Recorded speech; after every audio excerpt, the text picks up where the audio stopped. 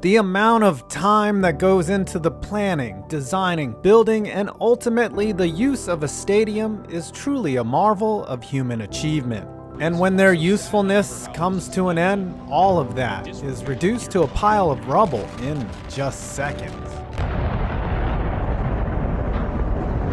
Well, sometimes. As hard it may be to believe, all stadiums are built to fall. Today we're going to learn the way that happens. How a stadium is imploded is coming up right after this. My dudes, as the world is starting to open back up, you know what that means. Other things are gonna open up too. And studies show that a woman without a doubt prefers a man that takes care of his junk. That's where Manscaped comes in. With the Perfect Package 3.0, you get the utmost in male personal grooming.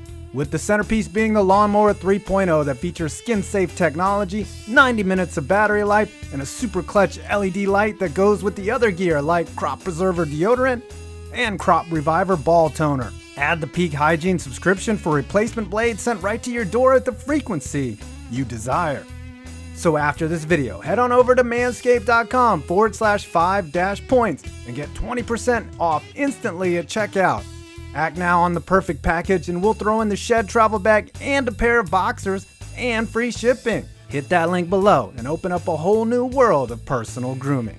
Manscaped.com. Destroying buildings to make way for new ones has been around for a long time. However, using explosives as a shortcut has not. An early documented attempt at implosion was the 1773 razing of the Holy Trinity Cathedral in Ireland, where gunpowder was successfully used to turn the building into rubble. The late 19th century saw the combination of newly invented dynamite, rock blasting techniques, and of course, an abundance of large old buildings that needed to be blown the f*** up. All of this added up to the formation of the demolition industry. Following World War II, where people got a lot of practice using explosives to blow things up, did the business, for lack of a better term, explode. Dad jokes. Though it's unclear when the first stadium implosion occurred, in the 90s the practice became popular both from an effectiveness standpoint and being a public spectacle. With the presence of large, obsolete stadiums and the need to build bigger, better cathedrals to sports, it became more efficient to use explosives rather than the traditional methods like a high-reach arm or Miley Cyrus. So now we have the reason for stadium implosion. Let's find out what goes into that. Let's get a couple things clear. When a stadium is demolished, it doesn't implode. An implosion is technically a process in which an object is destroyed by collapsing or squeezing in on itself, like an atomic bomb or star becoming a black hole, aka a Charlie Sheen. That is not what you are seeing when you see a stadium implosion, though the term has been commonly accepted. What you do see is a stadium being collapsed in on itself and the use of a demolition expert's best friend, gravity, doing most of the work. This is accomplished through a thorough and repeatable plan of attack, one that if successful takes months to execute, all for a few seconds of action. First, a stadium is studied to understand the strength of the structure. Engineers look at the composition of the support beams, the materials involved, and very importantly, where to place their explosives. The goal is to remove the strongest support structures so that the stadium easily falls down on itself. Makes sense. Speaking of explosives, they are obviously critical in this process, and there are a variety available to a demolition company to use. But the most commonly used is dynamite. It's an explosive that produces a large amount of hot gas that expands rapidly. Using a technique learned from rock blasting, boreholes are drilled into a concrete column and the subsequent detonation shatters the support and it comes tumbling down. Dynamite is wired to a blasting cap, a smaller explosive used to ignite the bigger one. Blasting caps are also critical in the demolition process, as they can be used to control the power, length, and timing of explosives. Once an assessment of the building is complete, a pre-blast or test of the explosives is conducted to determine the true amount of blow-up stuff that they will be needing. For example, steel beams are more difficult to take down and different methods are used.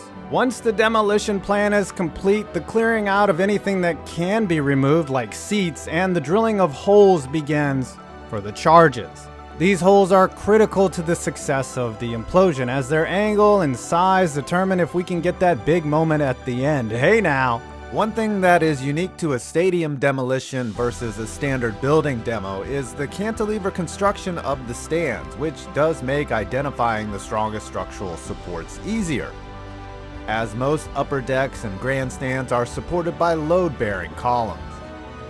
Expert demolition teams understand how to shape and time their charges so that these concrete stands should, if everything goes right, fall neatly inward, using their own weight to crumble into themselves.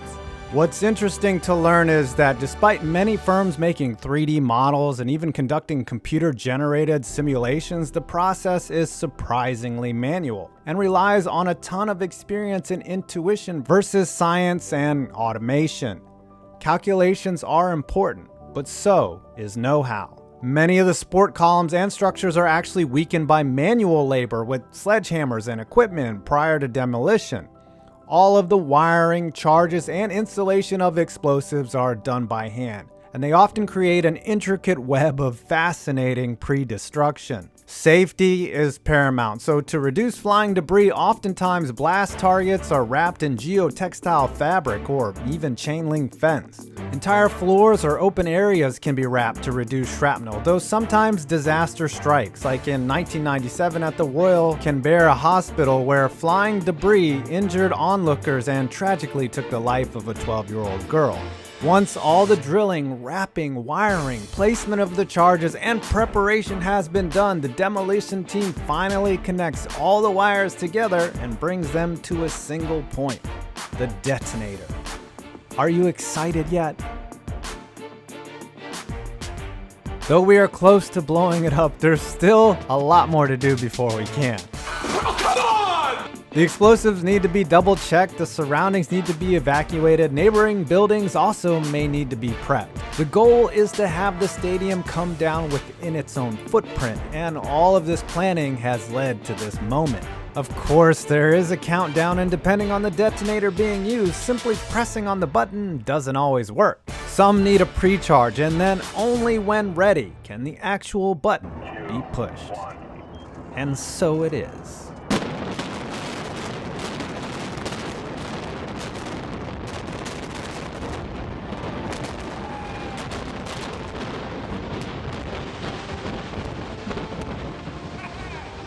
Amazing, isn't it? What you're seeing is a time sequence of explosions that can be either programmed using computers or through the use of delays and manual timing devices.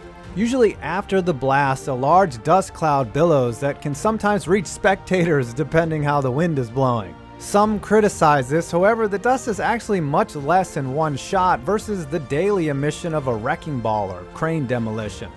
Plus, this way is way more fun. If something goes wrong, like in the Pontiac Silverdome's failed first attempt, there can be a variety of factors that led to this. Improper installation of explosives, inaccurate building plans, or even illegal materials being used in the stadium itself, which can cause miscalculations. Either way, the demo guys are smart and they eventually get their way, even after some mean tweets.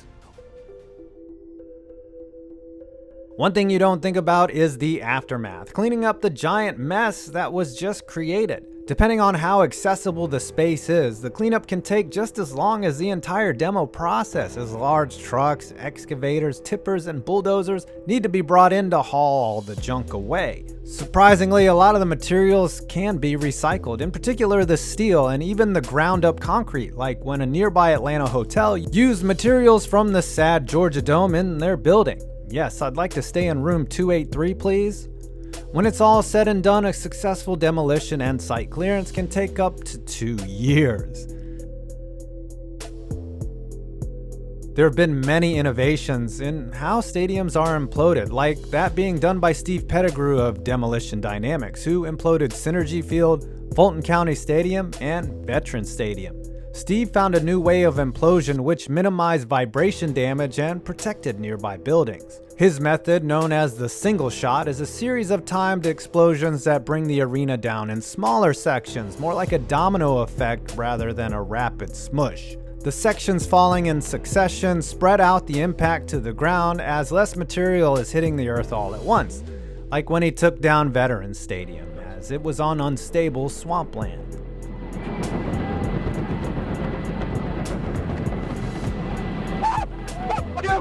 Man, that's pretty. As more and more stadiums age and new ones are being built, it's likely the demolition industry will continue to grow. And now you know that stadium implosions are caused by extensive planning, manual labor, and dynamite, not idiot owners.